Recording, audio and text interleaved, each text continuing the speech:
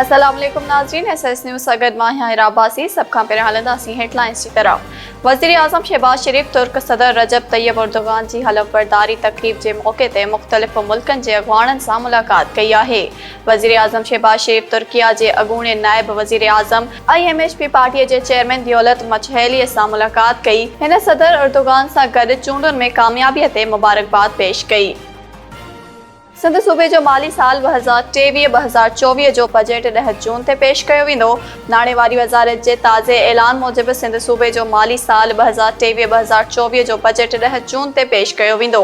Budget Sindh जो वडो वज़ीर सैयद मुराद अली शाह सुबुह 11 वगे पेश कंदो।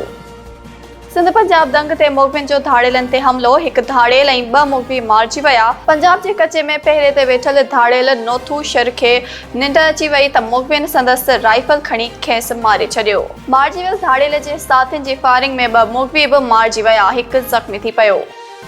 नाज़रीन, हीअ पंहिंजो हेडलाइंस वधीक ख़बरुनि ऐं अपडेट्स जे लाइ ॾिसंदा रहो सिर्फ़ SS न्यूज़।